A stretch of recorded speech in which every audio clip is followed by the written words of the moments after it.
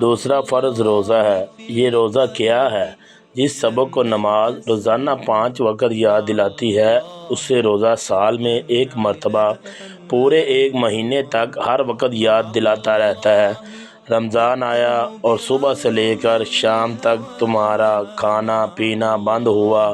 سحری کے وقت تم کھا پی رہے تھے، یکایک اڑھان ہوئی اور تم نے فوراً ہاتھ روک لیا۔ اب کیسی ہی مرغوب غذا سامنے آئی، کیسی ہی بھوک پیاس ہو، کتنا ہی دل چاہے، تم شام تک کچھ کھا نہیں سکتے۔ یہی نہیں کہ لوگوں کے سامنے نہیں کھاتے، نہیں، تنہائی میں بھی جہاں کوئی دیکھنے والا نہیں ہوتا، ایک قطرہ پانی پینا یا ایک دانہ نگل جانا بھی تمہارے لیے ناممکن ہوتا ہے۔ پھر یہ ساری رکاوٹ ایک خاص وقت تک رہتی ہے۔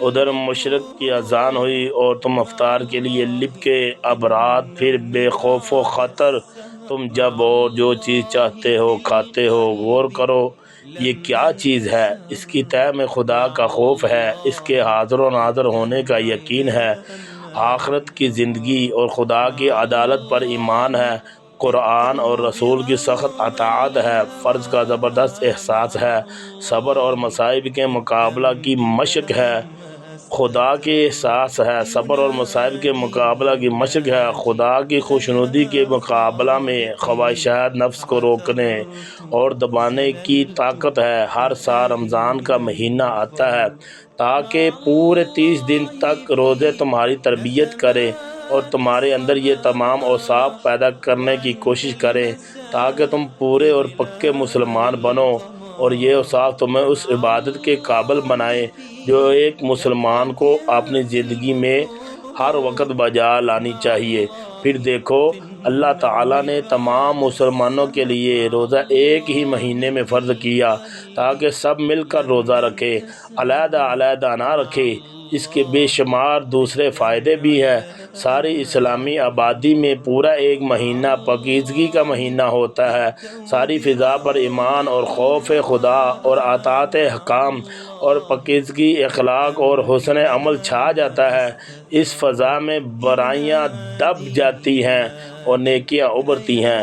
اچھے لوگ نیک کاموں میں ایک دوسرے کی مدد کرتے ہیں، برے لوگ بدی کے کام کرتے ہوئے شرماتے ہیں، امیروں میں غریبوں کی امداد کا جذبہ پیدا ہوتا ہے، خدا کی راہ میں مال صرف کیا جاتا ہے، سارے مسلمان ایک حال میں ہوتے ہیں، اور یہ ایک حال میں ہونا اس کے اندر یہ احساس پیدا کرتا ہے کہ ہم سب ایک جماعت ہیں۔ اس میں برادری، ہمدردی اور باہمی اتحاد پیدا کرنے کے لیے یہ ایک کارگر نسخہ ہے۔ یہ سب ہمارے فائدے کے لیے ہے۔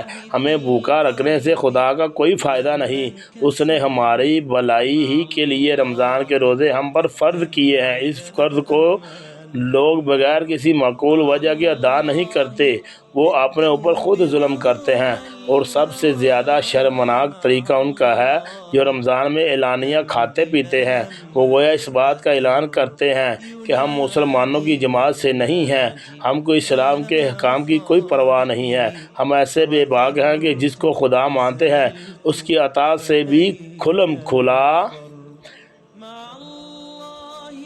منہ موڑ جاتے ہیں۔ بتاؤ، جن لوگوں کے لیے اپنی جماعت الگ ہونا ایک آسان بات ہو، جن کو اپنے خالق و رازق کے خلاف بغاوت کرتے ہوئے ذرا بھی شرم نہ آئے، اور جو اپنے دین کے سب سے بڑے پیشوا کے مقرر کیے ہوئے قانون کو اعلانیہ کے سب سے بڑے پیشوا کے مقرر کیے ہوئے قانون کے اعلانیہ توڑ دیں، ان سے کوئی شخص کسی وفاداری، کس نیک چلنی اور امانت داری، کس فرض شناسی اور پابندی قانون کی امید کر سکتا ہے؟